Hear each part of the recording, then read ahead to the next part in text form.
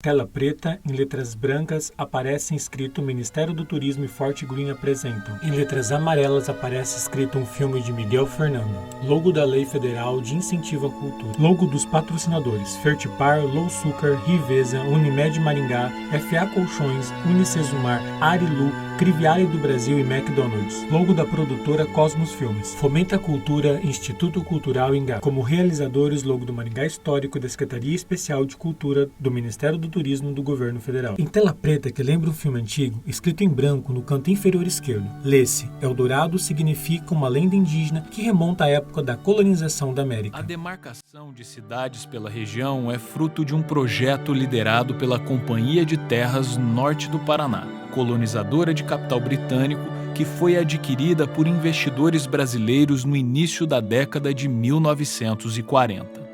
Naquela mesma época, Maringá começou a despontar como destino para colonos, retirantes e investidores. Segundo as propagandas, era o novo Eldorado. E a cada desafio enfrentado e fronteira superada, novas lideranças eram forjadas naquela boca de sertão. E é aí que tudo fica interessante.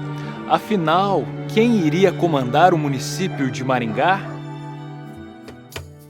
De fundo, sequências em movimentos de fotos antigas em preto e branco de Maringá. Escrito em branco sob um box preto, apresentação Miguel Fernando. Produção Maringá Histórica e Cosmos Filmes. Produção executiva Felipe Cosmos.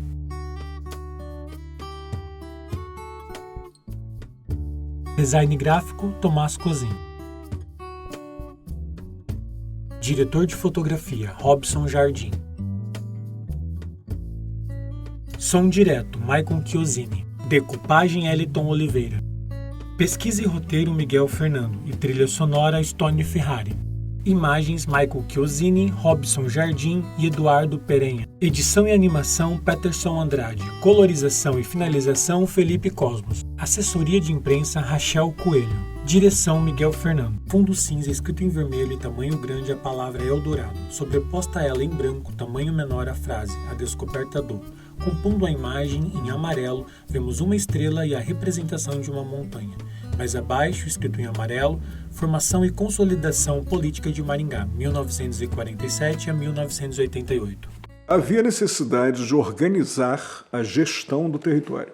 Então, é uma fórmula bastante eficiente, já que, diante das pressões de vários segmentos políticos nacionais, as grandes propriedades inicialmente pretendidas pela Companhia de Terras Norte do Paraná não seriam viáveis, e daí a escolha de um modelo de territorialização baseado em pequenas, médias e grandes propriedades, mas não somente grandes propriedades. Entretanto, desde 42, uma famosa fotografia da Marcha para o Oeste, ali no Maringá Velho, já existe o barracão do Hotel Campestre, ou Hotel Maringá, se preferir chamar, com a placa Maringá. Mas você já tem a gleba Patrimônio Maringá em 38 também. Na época, muita gente do interior de São Paulo veio para o novo Eldorado, que era o norte do Paraná. E vieram para cá por quê?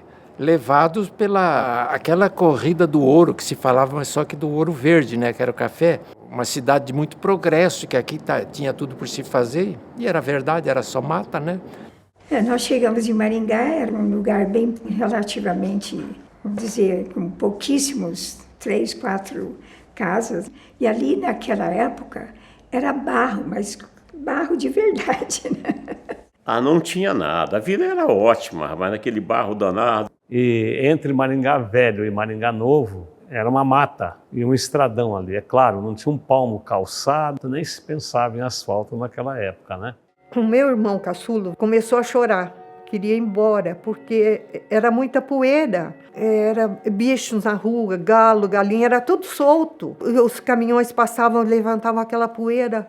Nós ficamos muito desiludidos. A mamãe, então, falava para o papai, vamos voltar, Ângelo. Nós precisamos de escola, de estudo para os nossos filhos. O papai falava, calma, Rosa, você ainda vai ver a bela cidade que vai ser esse Maringá. O papai já tinha essa visão. De fundo, foto preta e branca de Maringá, com uma grande mancha vermelha no canto superior direito, escrito em amarelo em fontes grandes, 1942 a 1951. Até 1944, Maringá foi patrimônio de Londrina. Naquele ano, sua jurisdição foi transferida para Apucarana. Em 1947, ocorreu sua incorporação a Mandaguari. Depois de projetar o eixo urbano de uma cidade moderna, mais a leste de onde a pedra fundamental foi cravada, a Companhia de Terras deu início às vendas de lotes nessa nova área em 10 de maio de 1947. A região ficou imediatamente conhecida como Maringá Novo. Em outubro daquele ano, a cidade foi elevada a distrito, momento que não só foi constatado seu crescimento demográfico, como também a chegada de novos estabelecimentos comerciais. E foi em meio a esse caldeirão de efervescência social e econômica que o então distrito começou a moldar os seus representantes políticos. Um processo quase natural fez com que as forças daquele momento orbitassem em torno de alguns comerciantes que, de certa forma, financiavam o trabalho do homem do campo por meio de anotações nas famosas cadernetas. Ângelo Planas, proprietário da Casa Planeta, e Napoleão Moreira da Silva, da Casa Moreira, atuaram na organização dos primeiros diretórios partidários de Maringá. Tinham armazéns de secos e molhados, por isso tinha uma rede de contatos muito amplas. A professora Ivani Rogatti Mura, na primeira pesquisa de pós-graduação sobre a política em Maringá, ela incorpora também o nome do Mário Jardim, que era dono de uma farmácia, né? Embora ele não tenha feito carreira eleitoral, é um outro nome que precisa ser lembrado, né? A União Democrática Nacional, a UDN, se tornou a primeira organização partidária do então distrito. O Partido Social Democrático, PSD, veio logo na sequência. As eleições municipais ocorridas em 16 de novembro de 1947 conduziram Décio Medeiros Pulim à prefeitura de Mandaguari. Naquele mesmo páreo, Maringá emplacou seus primeiros vereadores. Arlindo Planas, irmão de Ângelo Planas, foi eleito pela UDN, enquanto que Napoleão Moreira da Silva obteve vitória pelo PSD. A partir daquele momento, os maringaenses passaram a ter voz ativa junto ao município de Mandaguari. A atuação dos dois foi muito intensa. Eles não faltavam praticamente nas sessões legislativas na Câmara de Mandaguari. E era uma distância razoável. Nós estamos falando de algo próximo a 30, 40 quilômetros, em condições precárias das estradas. Então há relatos, vindos inclusive da sede do município de Mandaguari, de que era muito difícil reunir até a Câmara dos Vereadores, porque o município era muito extenso, não incorporava só Maringá, incorporava Mandaguaçu, né? E até bem longe daqui. Eles eram vereadores pelo distrito de Maringá. Todo mundo conhecia e respeitava, que o Napoleão era um homem muito sério, né? Morreu num desastre de avião, ele vinha do Rio para São Paulo de avião, o avião caiu. As eleições seguintes ainda ocorreram por Mandaguari, mas Maringá não parava de crescer. O censo do início da década de 1950 aferiu que o então distrito possuía pouco mais de 38 mil habitantes. Ficava cada vez mais difícil estar subordinado a um município. Então ele é maior do que a sede, que é Mandaguari. Um contrassenso, né? Então, elegeu 4, com o pé nas costas, sem contar outros que foram candidatos e foram muito bem votados. Na disputa, que aconteceu em julho de 1951, a cidade elegeu 4 dos 20 vereadores da Câmara Municipal de Mandaguari. Henrique Pinto Pereira, pela UDN, Valdomiro Planas, pelo PR, e pelo Partido Trabalhista Brasileiro, o PTB, entraram José Jardim Siqueira e José Inocêncio Neto. Henrique Pinto Pereira acabou não assumindo e sua posição foi ocupada pelo suplente, Davi Rabelo de Oliveira. Essa seria a última eleição, tendo Maringá como mera coadjuvante. Um grupo de empresários foi organizado com o objetivo de elevar o distrito à categoria de município. Então essa comissão, ela representa mais assim uma formação de uma identidade comunitária. Porque esse comitê ainda é um mistério como que esse comitê pró-emancipação de Maringá ele se formou. Porque ele tem umas figuras muito curiosas. João Ramos está ali, que depois viria a ser um político e despachante do Detran aqui em Maringá. Francisco de Luca, um alfaiate, também está ali. Joaquim Romero Fontes, que é uma figura também de ascendência espanhola, muito forte na história de Maringá, também faz parte desse comitê. O grande Galo Cego, também, Alberto Ribeiro de Andrade, que era o seu nome, também faz parte desse comitê. Então, era um comitê muito plural. E aí tem, já embutido nesse comitê, que ele é bem plural, ele é pluripartidário e plurideológico também, a participação dos 2 deputados estaduais que vão patrocinar a emancipação política de Maringá, que é o Francisco Silveira da Rocha, que é do PTB, e o deputado Rivadavia Vargas, que é da UDN, pai do Túlio Vargas. A Lei 790/51, ela emancipou municípios no Paraná todo. Nós precisamos ter isso em conta. Não foi uma lei feita para emancipar Maringá. Ninguém desenha uma cidade do porte do desenho de Maringá só para ser distrito de uma outra cidade. Sobre uma foto em tons de amarelo, uma foto preta e branca de Inocente Villanova. Escrito em branco no canto inferior direito, lê-se a frase: a primeira eleição do município, Inocente Villanova Júnior, 1952 a 1956. Com a emancipação política de Maringá, automaticamente as eleições de 1951 foram revogadas e novo páreo foi agendado para o final do ano seguinte. Mas os partidos constituídos tiveram um árduo trabalho para cadastrar o seu eleitorado. Então, havia alguém de um determinado partido que percorria a região, a zona rural, a zona urbana, ia fazendo o cadastramento. O documento exigia foto, eles faziam até a própria foto. Na zona rural, às vezes, até o novo eleitor queria tirar foto com os animais dele. As primeiras eleições municipais de Maringá ocorreram em 9 de novembro de 1952. Valdemar Gomes da Cunha saiu pela UDN e contou com o apoio da Companhia Melhoramentos Norte do Paraná. O PR lançou Ângelo Planas, que mantinha grande prestígio com o empresariado. O PSP cravou no último momento o nome do médico Raul Maurer Moleta. E, sem grandes expectativas, o PTB, partido do presidente Getúlio Vargas, apostou no industrial Inocente Villanova Júnior. Segundo Jorge Ferreira Duque Estrada, autor do primeiro livro sobre a história local, aquela foi a disputa do Vale Tudo, com direito à distribuição de panfletos apócrifos. Entretanto, o inesperado aconteceu.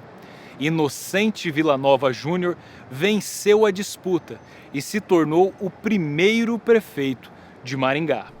Em fundo preto, vê-se um gráfico da cor vermelha, com a quantidade dos votos dos candidatos. Do menor para o maior, Raul Maurer, Ângelo Planas, Valdemar Gomes da Cunha e Inocente Villanova. Fonte TRE Paraná. Inocente Villanova Júnior era o nosso vizinho ali de serraria. Ele também tinha a serraria dele, né? Serraria Villanova. Nós nos dávamos muito bem, quer dizer, éramos concorrentes, mas nos dávamos muito bem. Ele tinha um posto também de gasolina, logo à direita ali da linha férrea, né? O Inocente era um homem de esquerda, um homem agnóstico, era um cara muito popular também, principalmente na operária. Eu não sou religioso, eu não acredito na religião católica e não acredito no que vocês acreditam aí. Deus, para mim, é natureza. Era um empresário bem-sucedido e que restou candidato pelo Partido Trabalhista Brasileiro, que era um partido de um prestígio ascendente por causa do prestígio do presidente da República, que era o Getúlio Vargas. E esse foi um diferencial na campanha dele. Há motivos para considerar que a eleição dele tenha sido surpreendente. E há motivos para intuir que a disputa principal seria entre o Ângelo Planas e o Valdemar Gomes da Cunha, o Valdemar Barbudo. Villanova foi uma figura. Eu gostava muito dele, era uma pessoa muito simpática. Ele foi Um prefeito assim que fez um verdadeiro milagre, que quando ele foi eleito, Maringá pertencia a Mandaguari. Em Mandaguari tinha aqui uma subprefeitura. Houve a emancipação de Maringá. Mandaguari levou tudo embora, deixou Maringá no zero. O único funcionário dele era o Neujuca, que veio para Maringá para fazer a campanha, acabou ficando aqui. O mais difícil foi a parte educacional, porque nós precisamos ter uma perfeita noção que o que prevalece no mundo é a educação.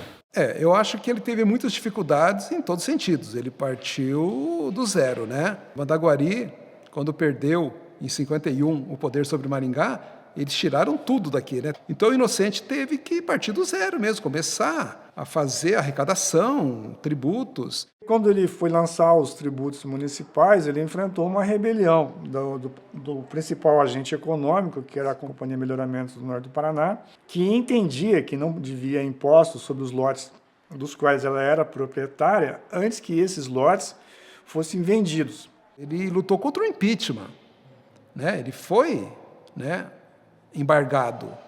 Depois ele recorreu. Se não fosse o Aníbal Goulart colocando os jagunços em volta ali do Paço Municipal, ele não teria conseguido voltar ao poder. Mesmo com inexperiência e limitação financeira, Vila Nova executou obras importantes com destaque para o setor educacional.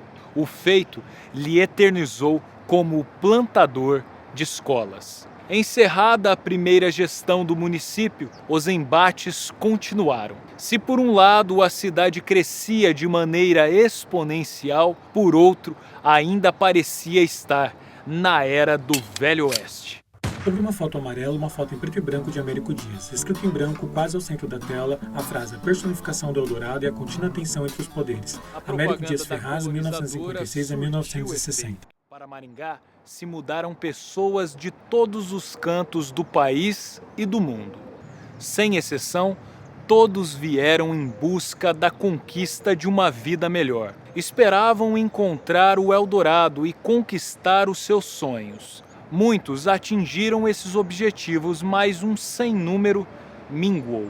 Era natural que classes operárias, compostas por pessoas mais humildes, se identificassem com personagens que tivessem galgado notoriedade. Esse aspecto social teria poder decisivo na próxima disputa municipal. Vale lembrar que se vivia à fronteira de uma região menos precária e mais estruturada, que inclusive já contava com comarca. Nas eleições de 18 de novembro de 1956, o quadro apresentado para a prefeitura foi um pouco mais amplo. Haroldo Leão Pérez foi lançado pela UDN. José Gerardo Braga saiu pela coligação PSD e PDC. Ângelo Plana se apresentou pela composição do PR com o PTB. Octávio Perioto se viabilizou pelo PRP. E o PSP selecionou Américo Dias Ferraz meio que de afogadilho. Ele nasceu em Grisema, Minas Gerais. A família dele se mudou para Presidente Bernardes, no interior de São Paulo. E ele sempre trabalhando ali na agricultura, né, no café, de uma forma muito simples, vendendo produtos hortifrutigranjeiros. Dizem que ele vendia galinha na rua, escorada num cabo de vassoura. E aí abre uma máquina de café e ganha muito dinheiro com o café, segundo dizem, comprando na baixa e vendendo na alta, né? Porque a gente não pode esquecer que o Américo foi vereador na primeira legislatura. Ele é suplente e, faltando 3 meses, ele assume. O Américo era um personagem muito representativo do Eldorado. Ele era aquele mineiro matuto, vamos dizer assim, né? Ele fazia comício de revólver brilhando na cintura e um baita de um chapéu na cabeça. Calça branca, sempre bem vestido socialmente, camisa manga comprida.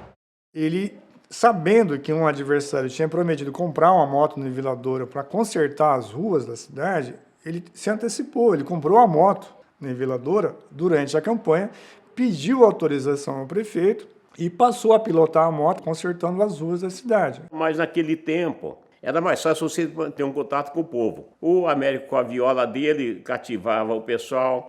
Quando chovia, os carros atolavam nas ruas, a poeira era constante E o que o Américo fez? Ele teve a sensibilidade de entender que os buracos, que essa poeira era o maior problema que a população tinha, um dos grandes problemas, né?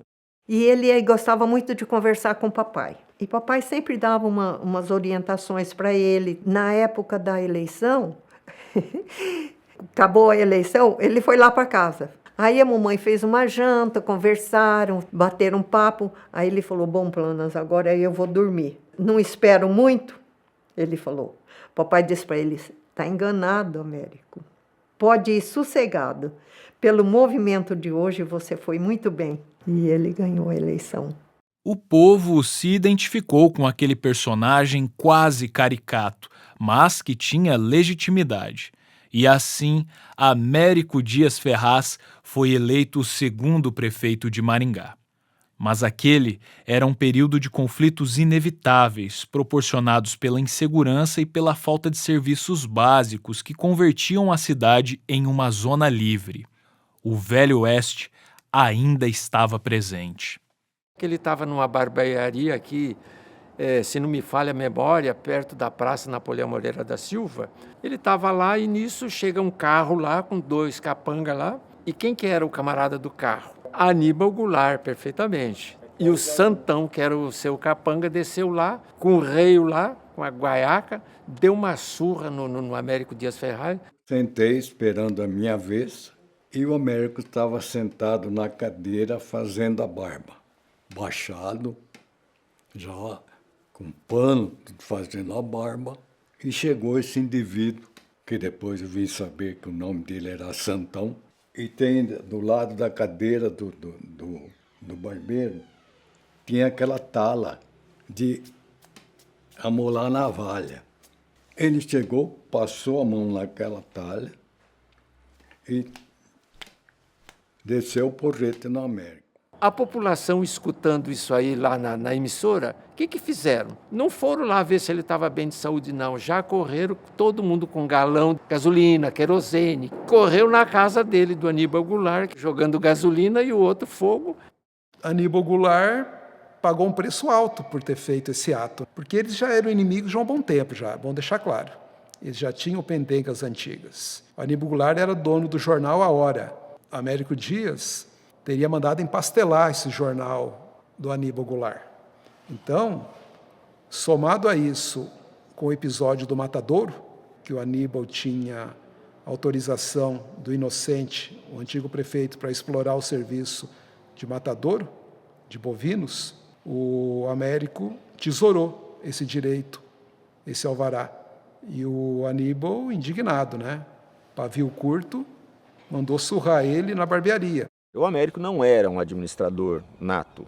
A empresa dele, ele ganhou muito dinheiro, ficou milionário, mas ele nunca administrou de uma forma profissional os negócios dele. E na prefeitura, aconteceu isso também. Ele falava que Maringá tinha nascido para ser a grande loja daqui da região. Por ser uma grande loja, tinha que ser bonita. Maringá nasceu para ser uma cabocla bonita, ele dizia, e queria enfeitar a cidade. Essas fontes que ele criou foram para ser um atrativo. Vinha gente de longe para ver as fontes do Américo. Para a época, era uma coisa fantástica. As pessoas no domingo se vestiam para ir ver a fonte, a água colorida, né?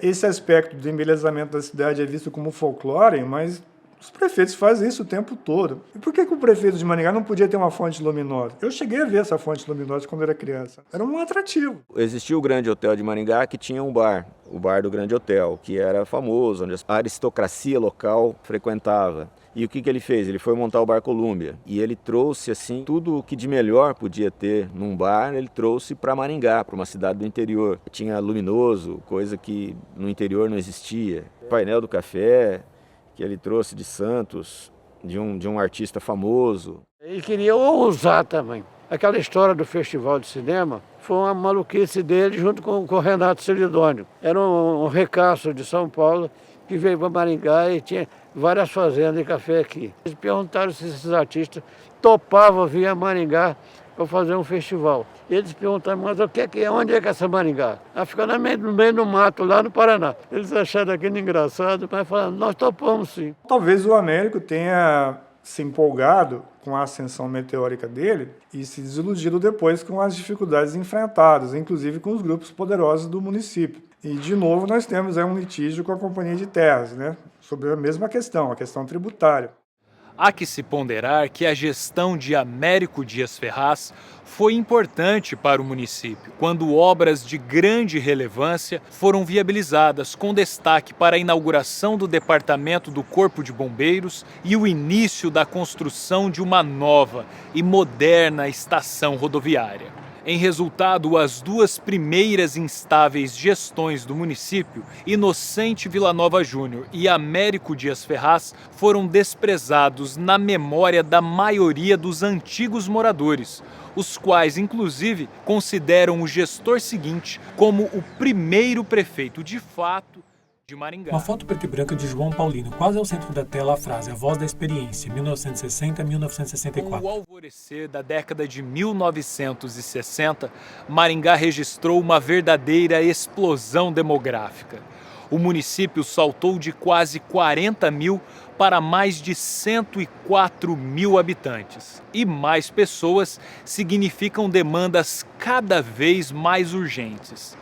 Devido aos embates das duas primeiras gestões, os eleitores buscavam um representante que pudesse apaziguar as tensões. A disputa ocorrida em 3 de outubro de 1960 orbitou entre 3 candidatos: Jorge Ferreira Duque Estrada, que concorreu pelo PST, Vanor Henriques, que saiu pela coligação da UDN com o PTB, e João Paulino Vieira Filho, que disputou pelo PSD. Aquela foi uma das campanhas mais equilibradas da história, que ao final gerou questionamentos jurídicos sobre quem teria obtido a vitória. Em fundo preto vê-se um gráfico na cor vermelha com os votos dos candidatos, do menor para o maior, Duque Estrada, Vanor Henrique e João Paulino. A ideia de que o João Paulino não ganhou a eleição em Maringá em 60, porque tinha ocorrido um desmembramento do município. Quando você subtrai os eleitores desses distritos, o Vanor Henrique tem a maioria dos votos. Quando você incorpora, o João Paulino ganha a eleição. Então isso criou um litígio na época, que foi parar no Tribunal Regional Eleitoral. Ali foi uma coisa meio complicada. O eleitorado forte era da rural aí dos distritos, né? O Vanor Henriques ganhou em Maringá, realmente, mas ele perde nos distritos. E em 60, Maringá veio emancipado 3 distritos: Paissandu, Ivatuba e Floresta. Se somassem esses 3 distritos, Vanor Henriques teria ganho. Como historiador, para mim a eleição do João Paulino foi plenamente legítima. E eu vou explicar por quê. Quem organiza a eleição é o TRE. Nós não estamos mais na época dos coronéis. O TRE cadastra os eleitores. Para você votar, naquela época, como hoje, você vai à sessão eleitoral. Se o seu nome estiver na lista de eleitores, você vota. Se não estiver, você não vota. Então, se esses eleitores votaram, é porque o TRE os incorporou na lista de votantes. Quem decidia as eleições era o comício. O João Paulino era um baita de um orador. Eu me lembro que ele ficou muito feliz pela votação que ele teve e pelo tão pouco tempo que ele teve para fazer a campanha. Quer dizer, então ele teve uma votação bastante significativa, né? E ele falou, bom, fiz o que eu pude, né? Não foi possível fazer mais porque não houve tempo. O João Paulino ficou logo muito conhecido, virou um dos maiores líderes políticos da história da cidade. Ele inaugurou a Maringá urbana. Chegou na hora certinha, porque Maringá corria o risco de fugir do plano original. Começou a asfaltar, cobertura de asfalto muito grande. O centro da cidade toda ele asfaltou. Ele criou a Codemar, garantiu o início da instalação da rede de água e esgoto da cidade, né? Em verdade, a Codemar foi criada para ser uma companhia de desenvolvimento de Maringá. Não era só para cuidar da água.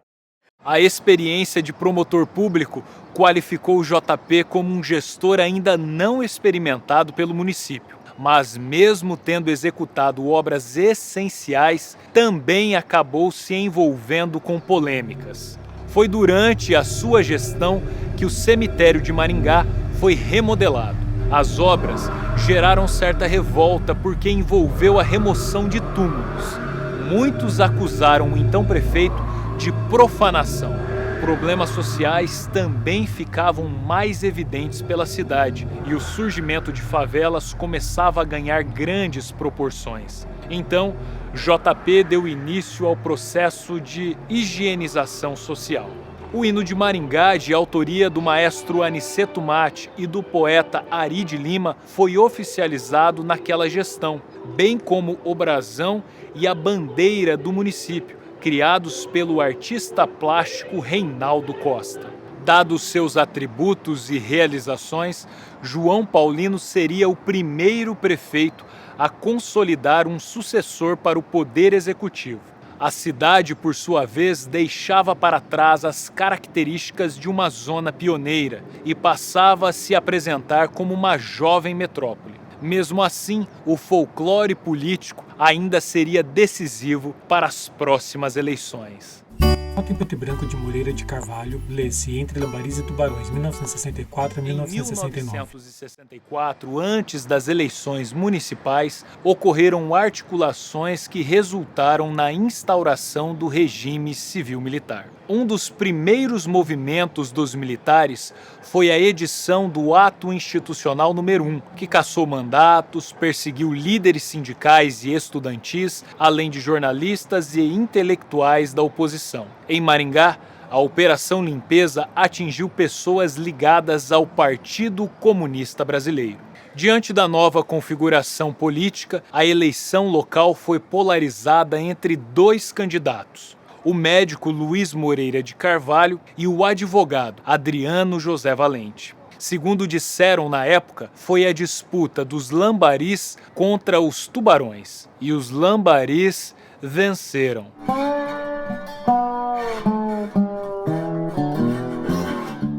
Aqui está o João Paulino, o doutor Michel Felipe e mais outro Fujiwara. Gente aqui até subir uma escadinha ali, porque a gente rica ali. Mas o que foi? O que aconteceu? Não, nós vimos aqui para lançar você como candidato a prefeito. Mas como? Não é o Ivo? Não, nós vamos trocar o Ivo e eu vou ser o indicado. E eu fui sozinho. Com o vice foi o primeiro Unicei lançado por mim, que foi o Dr. Jorge Sato. Como nós não quisemos, eles se colocaram do outro lado. E aí, notamente, devemos ter cometido um erro de perspectiva, não é? E perdemos a eleição.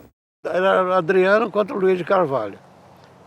E um dos apoiadores do Luiz de Carvalho era o Túlio Vargas, que estava aí logo no início, a primeira eleição dele de deputado estadual, né? Túlio Vargas, num discurso, num comício, criticou muito o Haroldo, deu umas palavras no Haroldo. O Haroldo respondeu dizendo que não ia discutir com o Lambari, ele queria discutir com o Tubarão João Paulino. Não vou discutir com esses lambarizinhos aí. Pegaram aquilo como gancho, né?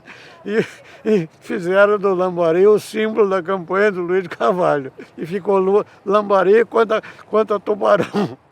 Então o Haroldo Leão Pérez, que era um homem que falava bem, mas falava muito, e às vezes falava demais, ele teria dito na campanha de 64 que ele queria polarizar o debate com o João Paulino, e não com o Túlio Vargas, que era um aliado do João Paulino, né? Tipo, eu quero falar com peixe grande. Ele era um homem humilde, simplão, muito honesto, né? Respeitado como uma das pessoas mais sérias de Maringá, né? E ele atendia muita gente de graça, era médico dos pobres, né? Tinha prestígio. Mas o João Paulino que era o carreador de voto aqui. Sim, a gestão do prefeito Luiz de Carvalho é bem avaliada, principalmente pelo investimento no planejamento urbano, foi o plano diretor, a conclusão da Codemar, né, que é uma obra que vinha da gestão anterior. Mas ele era um homem discreto, que não tinha ambições políticas, ele não fez carreira política depois. Digamos que ser prefeito para ele era o topo, era o Everest, né, dele. Depois ele foi apoiador em algumas campanhas. Eu me retirei da política exatamente pelo fato de ter sido eleito prefeito por coligação de partidos, né, e outros políticos que me ajudaram, né. Então, se eu continuasse na política, seria para ser candidato a deputado. E ser candidato a deputado, eu ia prejudicar aqueles que me ajudaram. Aquele páreo também elegeu pela primeira vez o vice-prefeito, função que não existia. O substituto do chefe do executivo até então era o presidente da Câmara Municipal. Na chapa de Luiz Moreira de Carvalho concorreu como vice-prefeito o empresário Victor Ivo Asman, que era secretário municipal e vice-presidente da Associação Comercial. O asfaltamento do município ganhou escala. Construção de novas escolas com destaque para ampliação da rede na zona rural. Conclusão do viaduto do Café, na Avenida São Paulo. Estruturação de estacionamentos pela Avenida Brasil, popularmente conhecidos como espinhas de peixe, enfim. Mas uma de suas ações mais importantes foi a contratação dos projetos arquitetônicos para o Paço Municipal, que até então funcionava em um pequeno prédio localizado na Avenida Getúlio Vargas, esquina com a Avenida 15 de Novembro. Contudo, a sua construção teria início apenas na gestão seguinte. A próxima disputa pelo Executivo de Maringá também seria marcada por um símbolo que novamente representava as classes populares. Dessa vez, a vitória se daria por um pé de chinelo. Foto em preto e branca de Adriano Valente. Lê-se Um Pé de Chinelo no Poder, 1969 a 1973. O pessoal mais antigo fala da campanha Pé de Chinelo, porque num determinado momento, né, então o adversário principal, que era o promotor João Paulino, ele tinha toda uma estrutura, ele tinha toda uma experiência já política que o meu avô não tinha. E num determinado momento, numa frase para ele infeliz e para o meu avô totalmente feliz, ele o chamou de pé de chinelo, né, que era o candidato pé de chinelo. E como meu avô tinha muito sintonia com o povão, ele adotou isso não de uma forma pejorativa, mas para demonstrar para todos, né, os eleitores dele que realmente era ele que estava próximo do povo. Pé de chinelo, pé de chinelo. E o que falaram? Esse pé de chinelo aí e tal, acabou dando eleição para ele. As eleições municipais realizadas em 15 de novembro de 1968 foram regidas pelo sistema do bipartidarismo. O ato institucional número 2, de outubro de 1965, impôs a extinção de partidos, autorizando o funcionamento de apenas 2 grupos.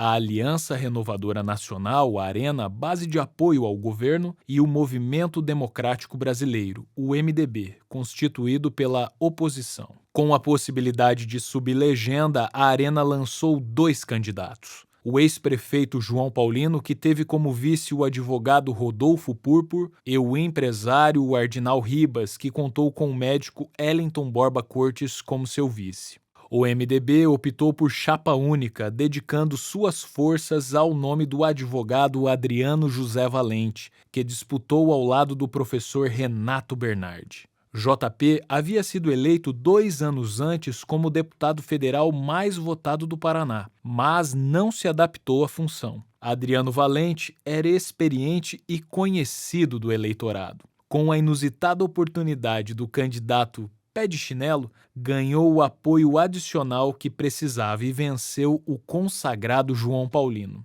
Aquelas eleições também sagraram a primeira vereadora da história da cidade, Sebastiana Costa Tobias, que foi eleita pelo MDB.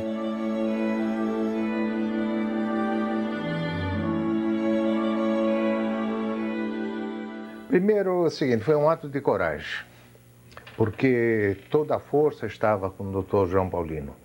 Quando eu iniciei a campanha, as previsões eram 5% para Adriano Valente e 95% para João Paulino.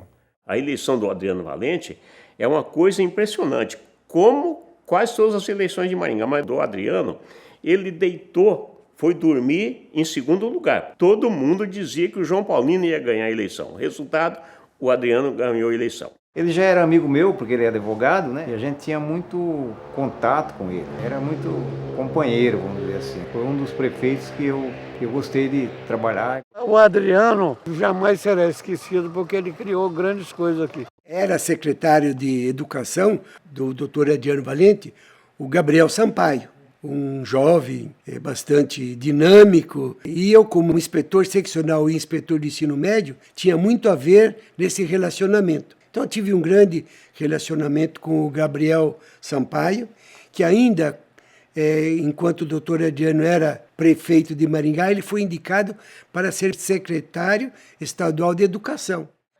Meu pai foi um grande homem que se dedicou boa parte da vida aí para as funções públicas. É uma pessoa que cuidou muito de muitas pessoas, que viajou, conheceu muita gente, se relacionou com muita gente, tinha muita empatia pelas pessoas. A gestão do prefeito Adriano Valente, ela vai ser caracterizada por obras muito importantes para a cidade até hoje. Por exemplo, a questão do Parque do Ingá, uma área de preservação que ele transformou numa área de lazer popular. Ele é o responsável pela criação, em larga medida. Não só ele, mas ele é o cara que ajuda a criar a UEM.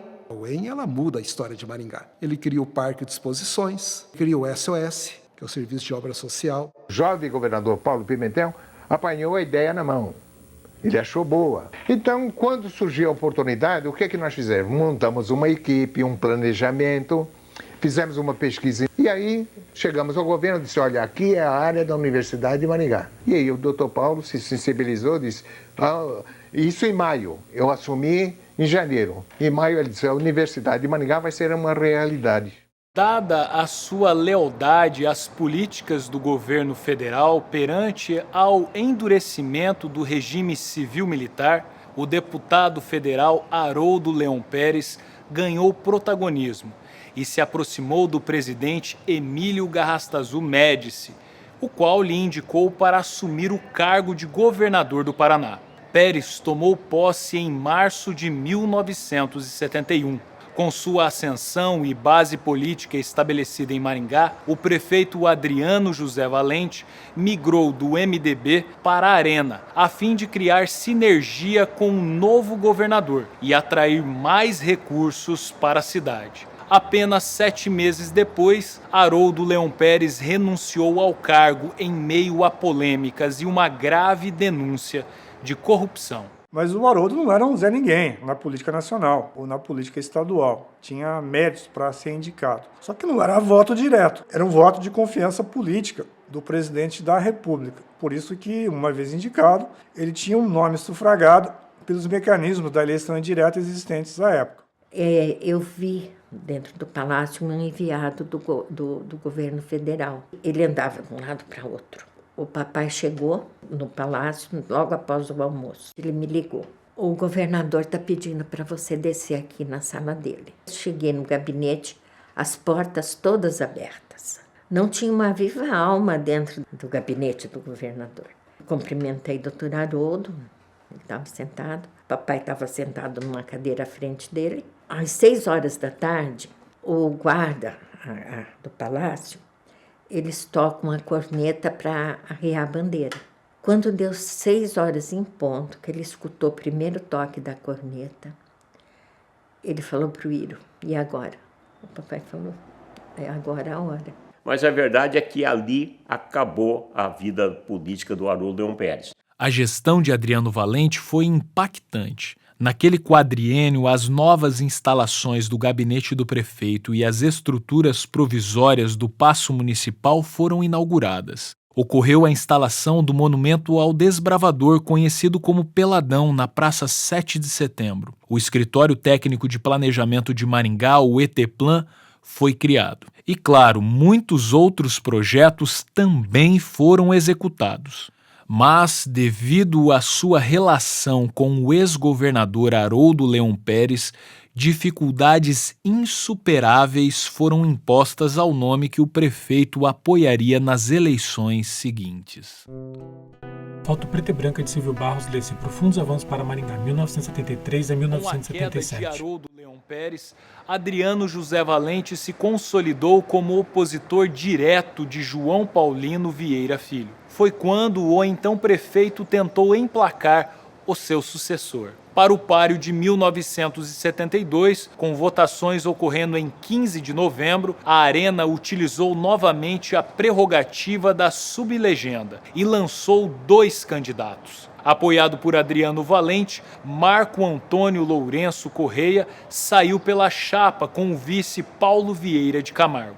O empresário Egídio Asman concorreu com o vice Tetsu Nishiyama. o MDB apresentou como candidato o deputado federal Silvio Magalhães Barros, que teve como vice Valber Guimarães. Esperando o apoio que não veio do governador que renunciou ao cargo, Marco Antônio sangrou nos comícios, tanto que ficou atrás de Egídio Asman quando as urnas foram abertas. Silvio Barros venceu com larga vantagem, uma das maiores até os dias atuais. Em fundo preto, vê-se um gráfico da cor vermelha com os votos dos candidatos, do menor para o maior, Marcos Antônio, Egídio Asman e Silvio Barros. Queria sim. Tinha vontade de ser prefeito da cidade. Silvio Barros era um homem de muitos princípios, valores muito consistentes, muito rigoroso em todos os sentidos, mas uma grande referência, um exemplo do que deve ser um verdadeiro cidadão. O Silvio foi um dos pioneiros da cidade. Ele foi vereador, era comerciante. Primeiro ele era agrimensor, né? Ele foi piloto, um dos primeiros mestres de piloto aqui do Aeroclube de Maringá. E era uma pessoa assim muito simpática. As pessoas que conheceram o Silvio Barros naquela época sabiam que ele tinha grandes coisas para construir na vida dele. Eu fiz toda a campanha dele, né? Foi vereador estadual, federal e prefeito. A gente tinha um acesso muito grande, uma amizade muito grande com ele. Ele era baita tribuno, né? O Silvio Barros falava bem para danar. Falava mesmo. Discursava. Ele era bom de serviço. E o Silvio passeou na eleição. Ele ganhou de ponta a ponta. Ele fez 29 mil votos, os adversários somados fizeram 15. Então foi uma eleição muito tranquila. Desde o começo a gente tinha certeza de que ela estava totalmente definida. Olha, o Silvio era um homem que, se desse corda, ele ficaria a noite toda tratando de assuntos. O Dr. Ulisses Guimarães era muito amigo do meu pai. Ele fazia questão que o Dr. Ulisses ficasse em casa. E aí eu e meu irmão tínhamos que ceder o quarto para o Dr. Ulisses ficar. E eu me lembro sempre disso, né? A gente não tinha noção de quem era Ulisses Guimarães naquela época, e depois ele acabou fazendo um quarto de hóspede na casa, que aliás gerou uma confusão danada. O doutor Nabi Zacarias foi que ofereceu a casa para o Silvio. Então eu acabei de construir a casa, não mudei lá ainda, mas você vai morar lá enquanto você for prefeito. Aí o Silvio foi.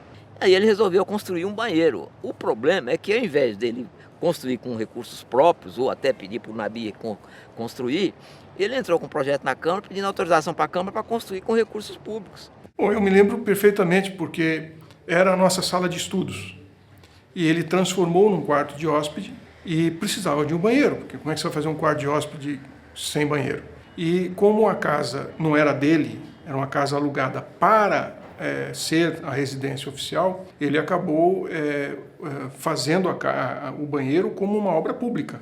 Quer dizer, é uma obra que ele poderia fazer e deixar de lado, pagar do bolso, que era uma reforma do banheiro, ou então uma obra que o próprio Zacarias, que era dono da casa, poderia fazer, mas não. O senhor pegou e fez um projeto de lei pedindo autorização e recurso para construir um banheiro. Naquele tempo tinha o SNI, e isso acabou gerando um processo de investigação sobre quem era ele, por que ele fazia essas coisas, e acusado até de estar desviando recursos públicos. Depois de muitos anos, o SNI mandou uma carta para ele, dizendo que vasculhou a vida dele inteirinha e não encontrou absolutamente nada que pudesse depor contra a pessoa dele, contra a moral dele.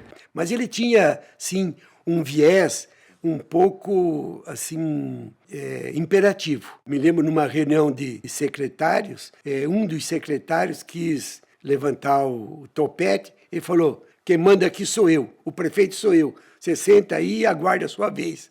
Ele foi muito imperativo, sabia impor disciplina. Eu acho que o Silvio Barros foi um prefeito, um dos melhores da cidade. Ele investiu numa coisa, e aí eu falo porque eu senti na pele isso, porque eu era morador da Vila Operária, nessa época, nos anos 70, 73, 74. Ele asfaltou todo o bairro e implantou galeria de esgoto e águas pluviais, cara. Isso é um negócio fantástico. A grande obra do mandato dele foi a implantação da rede de esgoto num patamar bastante avançado para a época. E isso ficou congelado até os anos 90. Eu me lembro de um discurso que ele fez aqui, num aniversário de Maringá, que ele disse assim: eu proíbo que vocês se refiram a Maringá como cidade-canção, enquanto a gente vê jorrando merda aqui na Getúlio Vargas. E aí ele começou a rede de esgoto. A gestão do Silvio Barros, às vezes ela é prejudicada pelo estilo do prefeito. O Silvio Barros era um homem sisudo, um verdadeiro contraste com o Adriano Valente. Silvio Barros emplacou obras de grande vulto para a cidade. O estádio regional Willie Davids foi reformado e modernizado. Houve a construção do ginásio de esportes Chico Neto, com o qual começou a ganhar forma a Vila Olímpica. Ocorreu a implantação da Avenida Perimetral Sul, que teve o objetivo de desafogar o trânsito da Avenida Colombo. O IML foi inaugurado, bem como o templo aberto na Praça Raposo Tavares.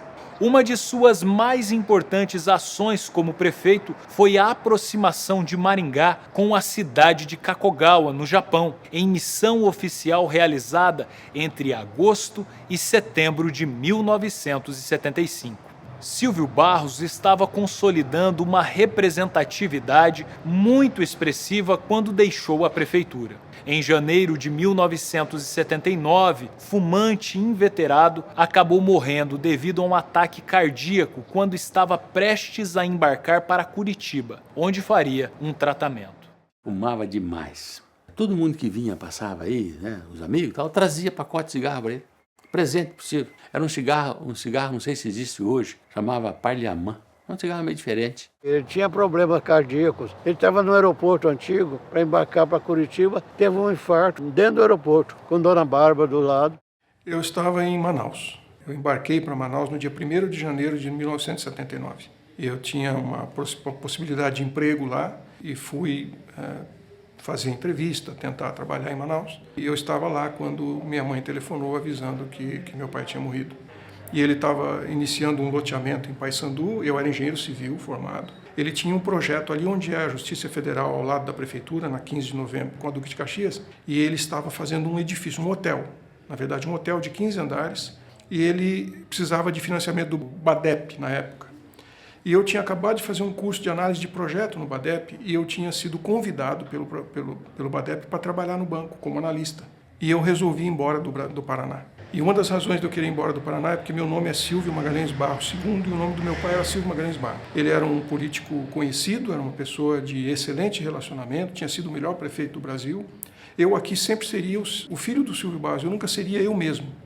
E eu queria provar para o meu pai que ele tinha me preparado, ele tinha me treinado para ser alguém na vida. E ele dizia para a gente, eu não vou deixar herança para vocês, eu vou deixar uma caneta cheia, a sua assinatura vale. E eu quis provar isso para ele. Mas eu nunca consegui. Eu fui embora para o Amazonas, fui contratado como engenheiro ambiental da Comissão de Desenvolvimento Econômico do Amazonas, mas ele nunca soube. E quando eu soube que ele morreu, obviamente que isso ficou muito mais pesado, porque eu sabia que eu não teria nunca mais a oportunidade de dizer para ele que deu certo. O projeto tinha dado certo. Foto de João Paulino. À direita da tela lê Seu retorno à cadeira. João Paulino Vieira Filho, 1977 As 1983. eleições realizadas em 15 de novembro de 1976 foram as últimas dentro do sistema bipartidário. Foi quando a Arena venceu pela primeira e última vez a ala do MDB. Naquela disputa municipal, os partidos utilizaram todas as suas sublegendas, totalizando 6 candidatos. Pela Arena, tivemos João Paulino, que retornava à vida pública, tendo como vice o engenheiro Sinclair Sambati. Luiz Gabriel Guimarães Sampaio saiu junto de seu vice, o empresário Egídio Asman. O médico Saíde Felício Ferreira se lançou tendo como vice o funcionário número 1 do município, Antônio Mário Manicardi, o qual havia sido presidente da Câmara na gestão anterior. O MDB, que vinha sendo conduzido por Silvio Barros, não encontrou coesão. Saíram Valber Guimarães junto de seu vice, Edi Freuming, em chapa que não teve apoio do então prefeito. Barros declarou base ao seu ex-secretário municipal, Antônio Assunção, que teve como vice o vereador José Rodrigues do Nascimento. Ainda naquela chapa se lançou o conhecido professor e advogado Horácio Racanello Filho, que teve como vice João Batista Sanches. Embora Racanello tivesse boa retórica e prestígio, foi João Paulino que venceu aquela disputa.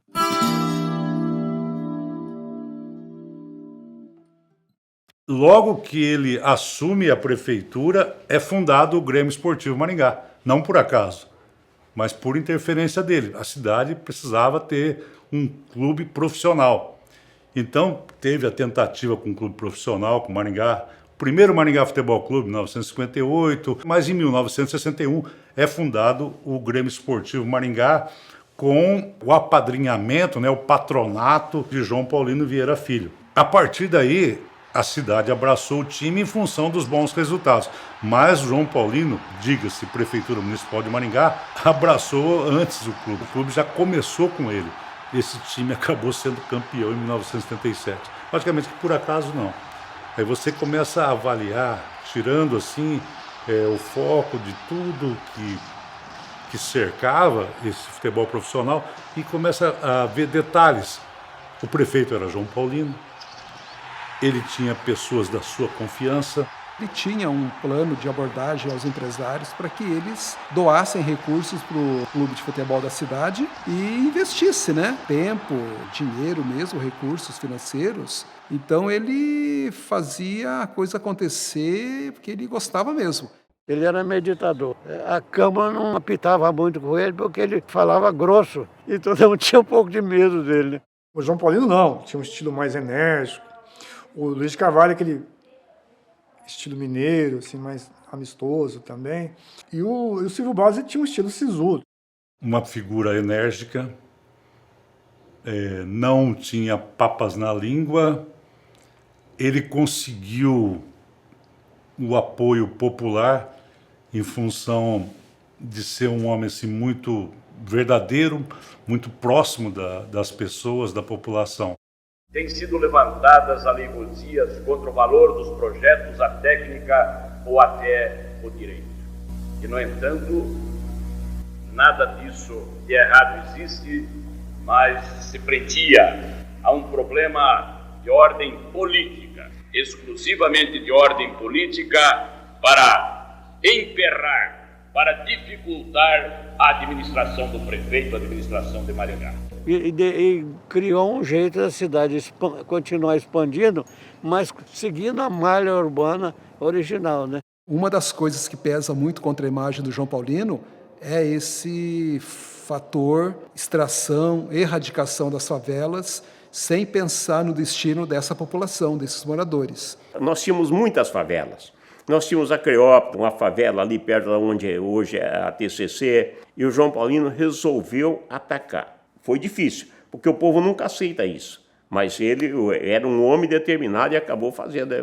Aí ele começou a pressionar, derrubando alguns barracos, logo no início, com motoniveladora. Eu, por exemplo, assisti a derrubada de um barraco que juntou aquele monte de gente protestando e a motoniveladora veio com tudo. A família teve mau tempo de tirar algumas coisinhas de dentro e a motoniveladora passava por cima daquele barraco. Ele se valeu da proximidade com o governo federal para atrair verbas mesmo. Então a Vila Operária, a Morangueira e o Alvorada recebeu a infraestrutura de asfalto. Quantas vezes eu vi no Jardim Alvorada com uma régua medindo a espessura do asfalto que era colocado lá para conferir se realmente era adequada, era sólida, correspondia àquilo que havia sido o compromisso anterior. E na segunda eleição ele foi eleito, acabou ficando 6 anos na prefeitura, porque quando terminou o mandato de 4 anos, houve uma prorrogação dos mandatos do prefeito. E ele acabou ficando 6 anos. Com os 4 anos anteriores, ele governou Maringá durante 10 anos, Com a emenda institucional número 11 de 1978, o ato institucional número 5 foi revogado. Assim, ganhava força a estratégia de abertura lenta, gradual e segura com o general João Batista de Oliveira Figueiredo, então presidente do Brasil. Com a volta do pluripartidarismo, a Arena e MDB deram espaço para o PDS, o PMDB, o PP, o PTB, o PDT e o PT. Essa nova configuração promoveu mudança no calendário eleitoral e seu adiamento foi justificado para que ocorresse uma espécie de unificação das eleições estaduais e municipais, fato que se deu em 1982. Para além dos limites do município, João Paulino surgiu como grande líder do PDS e compôs a chapa como vice do candidato ao governo do Paraná, Sal Raiz. Com a sua desincompatibilização, Sinclair Sambate, seu vice, assumiu o comando da prefeitura de Maringá. Quando eu me lembro do Dr. Sinclair Sambate, pessoa assim muito correta, sabe? E eu já penso o seguinte, se o João Paulino chamou o Sinclair para vice, é porque o cara era bom. Esse Sinclair, olha, foi um dos políticos de melhor qualidade que Maringá já teve. Pouca gente fala dele, mas ele era um homem excelente. Era um engenheiro respeitado, meio humildezinho assim também, mas ele é um modelo de cidadão, né? Tanto é que o João Paulino só aceitou ser candidato a vice quando ele recebeu do Sinclair a informação de que ele ia encampar realmente e continuar com o governo dele, com o espírito do governo dele. E, de fato, ele fez isso. O Sinclair, os 9 meses, 10 que ele ficou, ele foi um baita cara. O Sinclair era um executivo, entendeu? Um executivo, um sujeito de bom trato, né? Comprometido com coisa séria, sabe? Furou um pneu na estrada, ele foi trocar e estava de costa para a estrada. Trocando o pneu, passou um caminhão, atropelou ele. Eu nunca vi o Sinclair, por exemplo, de mau humor, né? A imprensa convivia com ele numa boa. Você chegava no gabinete às vezes para fazer uma entrevista, ele recebia todo mundo do mesmo jeito. Eu não percebia nele nenhuma ambição maior. Não dá para perceber nele que o Gabriel Sampaio, sim. O Gabriel Sampaio era dinâmico. Quando ele foi secretário de Educação, ele agitou essa secretaria, promovia gincanas culturais. E ele tinha ambições, se elegeu deputado estadual. Era um vulcão, o Gabriel, né? Luiz Gabriel Sampaio foi um advogado jovem e ele era um rapaz também que não devia ter morrido, né? Ele teria tido uma carreira muito bonita. Criou prestígio para ser deputado, foi candidato a prefeito, teve uma votação boa também. Realmente a gente soube por um telefonema sobre o acidente. Na verdade, meu pai estava levando a minha avó e minha irmã para Maringá porque ele retornaria e faria uma viagem com a minha mãe para os Estados Unidos porque minha mãe tinha um problema de visão. E eu não fui nessa viagem porque eu ainda tinha algumas provas de que ainda estava pendente de eu fazer. Foto de Saíde Ferreira, lê-se Cidade do Futuro, 1983 até 1988. Maringá estreou a nova década com quase 170 mil habitantes. Os dados indicavam que a cidade estava prestes a atingir o número máximo de moradores conforme estabelecido pelo seu projeto original. Naquele contexto, o próximo prefeito tinha a responsabilidade de promover transformações em seu traçado urbano. Para a corrida eleitoral de 15 de novembro de 1982, o PDS apresentou 3 candidatos. Antônio Fassi, que teve José Irã Salé como vice, Aníbal Bianchini da Rocha com seu vice, Silvio Vata, além de Ademar Schiavone, que contou com Amorim Pedrosa Moleirinho como vice. O PMDB, que se fundiu ao PP, lançou 2 nomes, Saíde Felício Ferreira como prefeito e Noboru Yamamoto como vice, e Horácio Racanello, que teve como vice José Busato. Egídio Asman saiu pelo PTB, junto de seu vice Cério Soares, além do médico Nelson Aiex, que concorreu pelo PT, tendo a primeira candidata a vice-prefeita na história de Maringá, a advogada Isaura Gonçalves. Saíde Ferreira, que havia sido derrotado no pleito anterior, se preparou, se projetou e venceu com folga para a prefeitura de Maringá naquela nova oportunidade.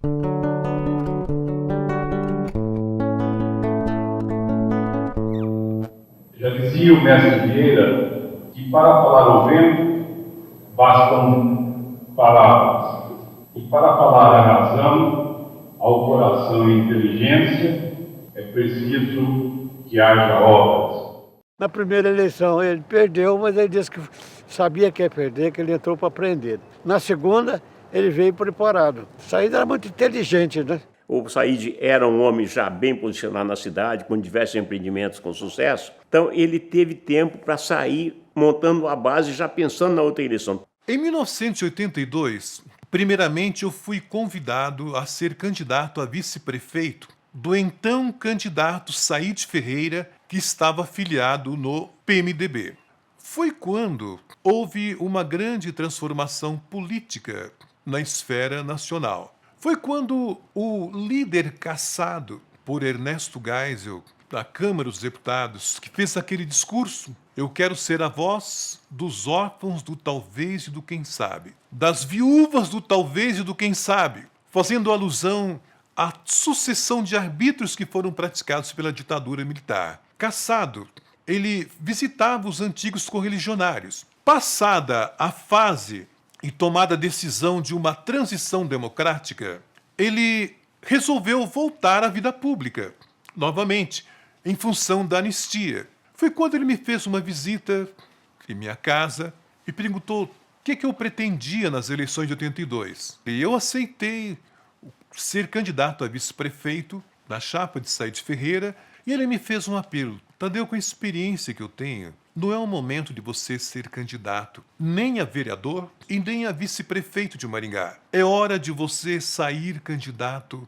a deputado estadual. Maringá cresceu muito com o Dr. Saíde, né? Ele se revelou um ótimo prefeito, um cara que fez um trabalho maravilhoso na sua primeira administração. A primeira gestão do Saíde foi muito boa e até hoje, né, ela é comentada por muita gente, né?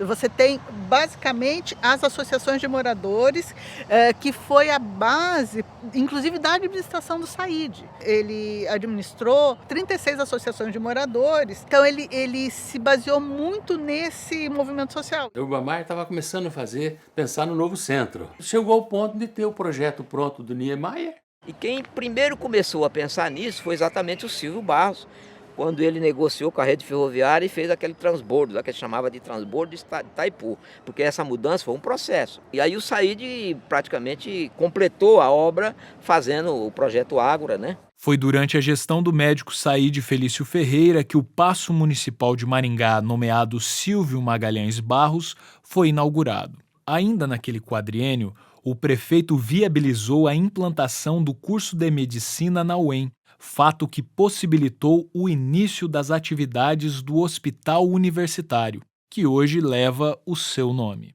Saíde também dedicou atenção a ações de assistência básica aos mais carentes e promoveu articulações no campo cultural e esportivo de Maringá. Quanto ao Ágora, o projeto sofreu modificações com o passar dos anos, tendo a sua essência sido completamente modificada. Imagem aérea atual da cidade de Maringá. É possível ver coberturas de vários prédios e carros circulando pelas avenidas. Maringá, aquilo era música no ouvido, som simpático no ouvido, isso ajudou. Teve prefeitos que gostavam muito da cidade, isso para mim é sempre uma coisa fundamental. Maringá foi vocacionada para crescer. Maringá é, pela sua própria natureza, uma cidade empreendedora. Para surgir no meio das matas na década de 40 e hoje ser essa linda e bela cidade, é uma cidade empreendedora. Eu fico muito emocionada. Às vezes eu saio com meu marido, com meus filhos, eu começo a chorar. Eu choro, eu fico emotiva. Isso cresceu embaixo dos nossos olhos. E está crescendo e eu não estou conseguindo ver. Foto de Américo Dias. Lesse faleceu em janeiro de 1983. Foto de Inocente Villanova. Lesse faleceu em julho de 1986. Foto de Moreira de Carvalho. Lesse faleceu em setembro de 94. Foto de João Paulino. Lesse faleceu em novembro de 2001. Foto de Adriano Valente. Lesse faleceu em fevereiro de 2010.